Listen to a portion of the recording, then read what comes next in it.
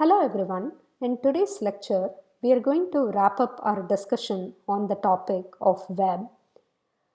Recall that last lecture I mentioned that parsing the HTML file format is not as simple as parsing the JSON file format. Whenever you have a JSON content, it's very easy for you to load the JSON content into a Python dictionary and work with it. In order to parse the HTML file, we are going to be learning about a module called as BeautifulSoup. Let me show you an example as to why parsing the HTML file format is so much more complex. I have the Wikipedia page for the state of Wisconsin open over here. Let's say that we are interested in parsing all of this tabular content beneath the US map. You have a lot of useful information like capital of Wisconsin being Madison, largest city being Milwaukee, the governor being Tony Evers, and so on. It's going to take a lot more effort for us to parse this content into a Python dictionary than just parsing a JSON file format. In today's lecture, we are going to be using BeautifulSoup in order to parse various aspects of the HTML file format. We'll be going through a really long demo, which is going to enable us to download a lot of HTML files from the Wikipedia page that I just showed you. And we are going to use BeautifulSoup in order to parse many of those files. Let's get today's lecture started by talking about document object model. Quick recap as to what happens when you type in a URL inside your web browser. A HTTP request gets sent to the remote machine, which is identified based on the domain name included as part of your URL. Once the remote machine receives the HTTP request, it's going to send a HTTP response back to you, which includes the content of the resource file that you sent the HTTP GET request for. Other than the content of the resource file, you're also going to receive additional information like HTTP status code of 200 OK, content type of text/HTML, encoding of UTF-8. Let's say that we are sending a request for a resource file which is of HTML file format. Here is an example of a really simple HTML. Once the browser receives the HTTP response content, it's going to generate what is called as document object model tree, DOM tree in short. Understanding the DOM tree format is very simple. You are going to take each tag inside your HTML file format and add a node to your DOM tree. The HTML tags are called as elements inside the DOM tree. The outermost tag in this particular HTML is going to be HTML tag. So you're going to create the HTML node inside your DOM tree. Inside the HTML tag, we have the body open and close tag. So you're going to create a body element inside your DOM tree. Then you're going to add an arrow from the HTML element to the body element to indicate that the body element is contained within the HTML element. That is because you have body tag inside the HTML tag over here. The body tag contains three other tags which are h1a and a. So we have h1 element and two anchor elements in our DOM tree. Every element may contain associated attribute information. For example, the two anchor tags here contain the href information for the hyperlink reference. Other than the attributes, you're also going to mention the actual text contained within the element. Example would be the text about inside the second anchor tag over here, which is getting displayed on the DOM tree. Elements can also contain other elements. Example would be the anchor element inside the body element, which also has a couple of other elements, including the other anchor element and the header h1 element. Common terminology when it comes to trees. The node from which you have an arrow is called parent. The node to which you point the arrow to is called as the child. For example, the outer body tag is going to be the parent element body, and the inner anchor tag is going to be the child element anchor. Once the browser generates the DOM tree, it's going to render the content of the web page in a really nice formatted way as shown inside the laptop. Instead of the browser, what if we wanted to do all of this processing inside a Python program? There might be three things which we might be specifically interested in checking inside this whole process. The first thing that might interest us is the HTTP header information.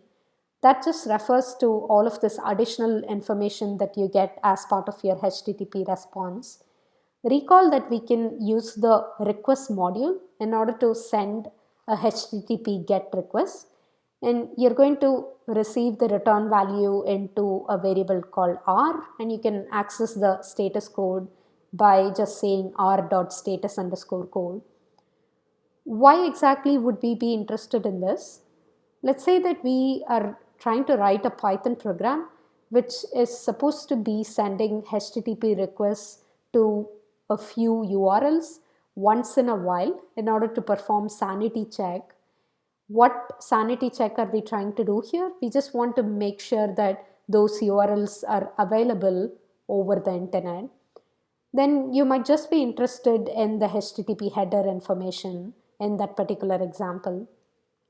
The second thing that might interest you in this whole process is the raw format of the response content, which could either be in the HTML format or JSON, CSV, or text format.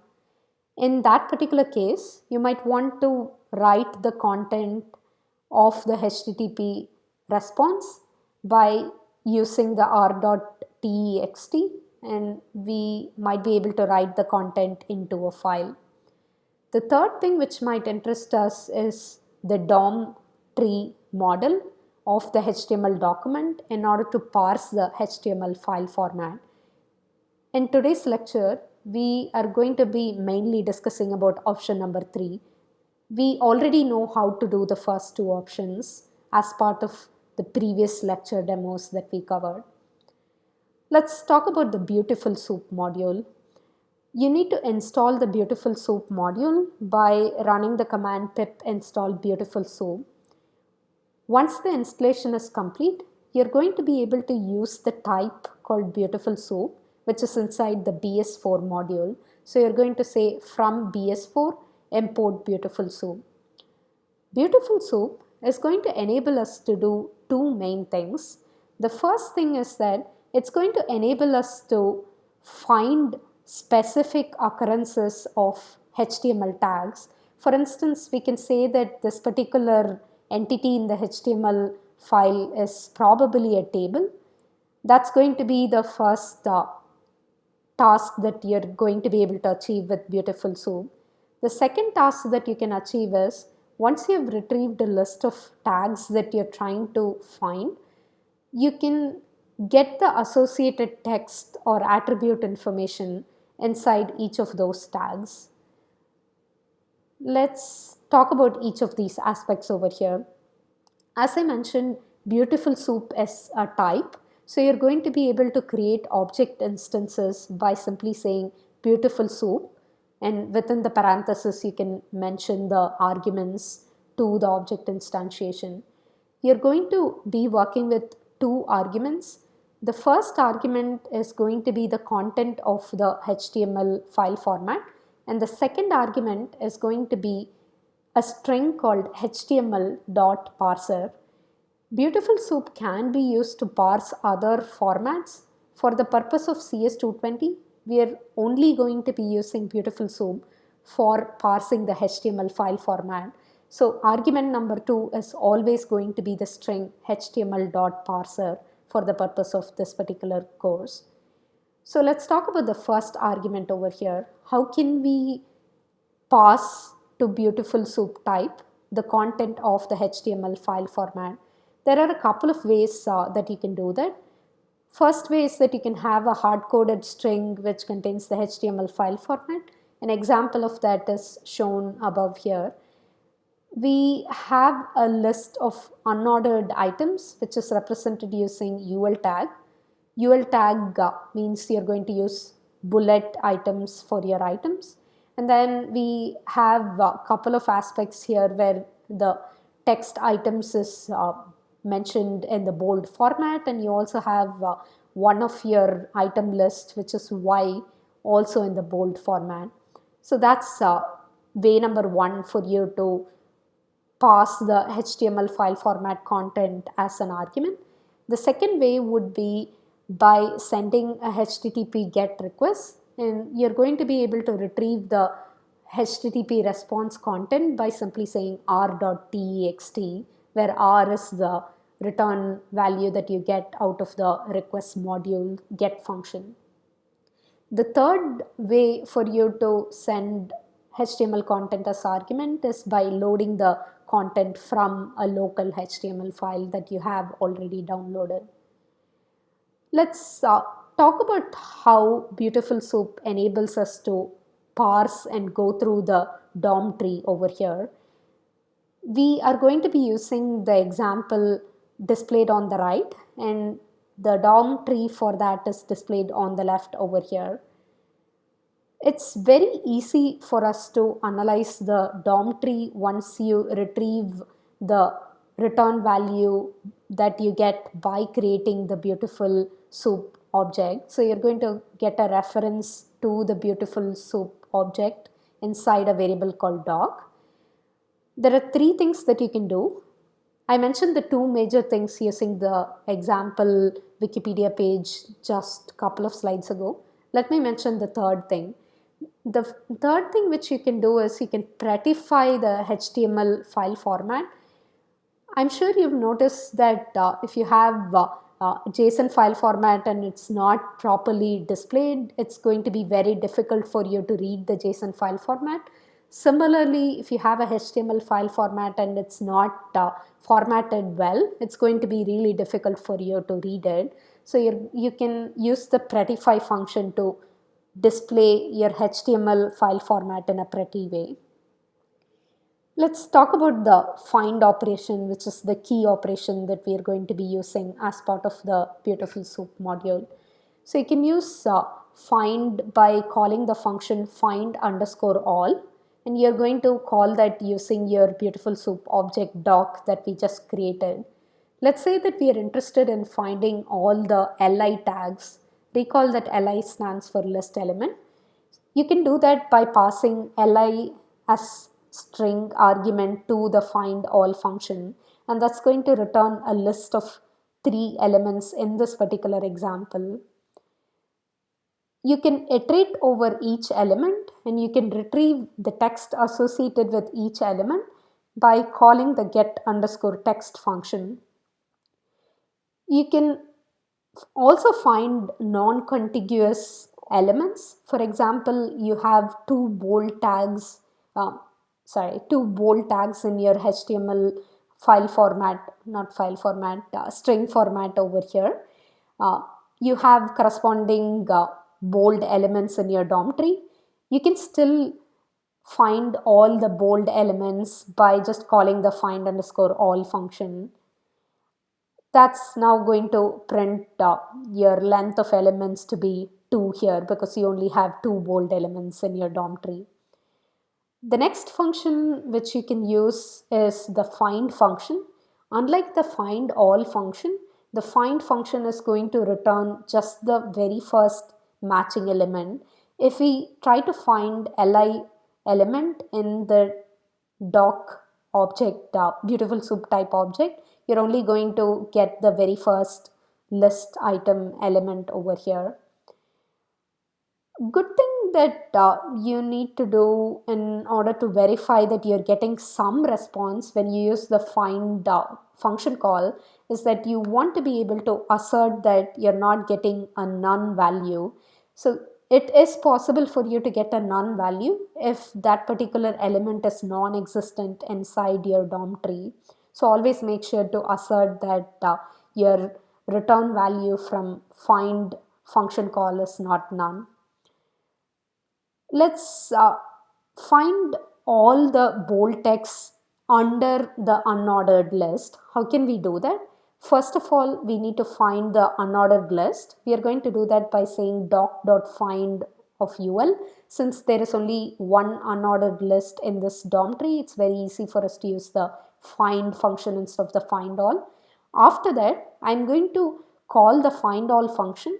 Instead of using it on the doc object over here, I can use it on ul, which is the return value that we get from the find function.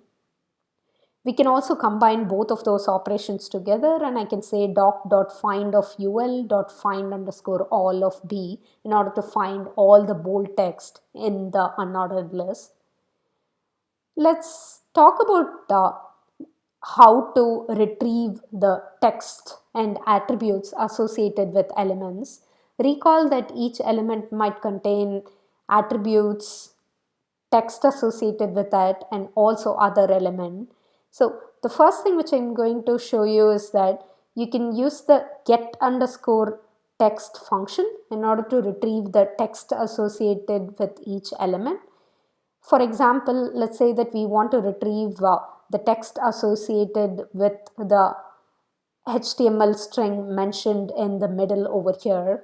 Let me describe what you're seeing on the screen.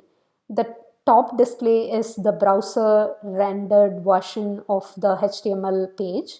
The middle is the HTML format, and the last part is the Python code.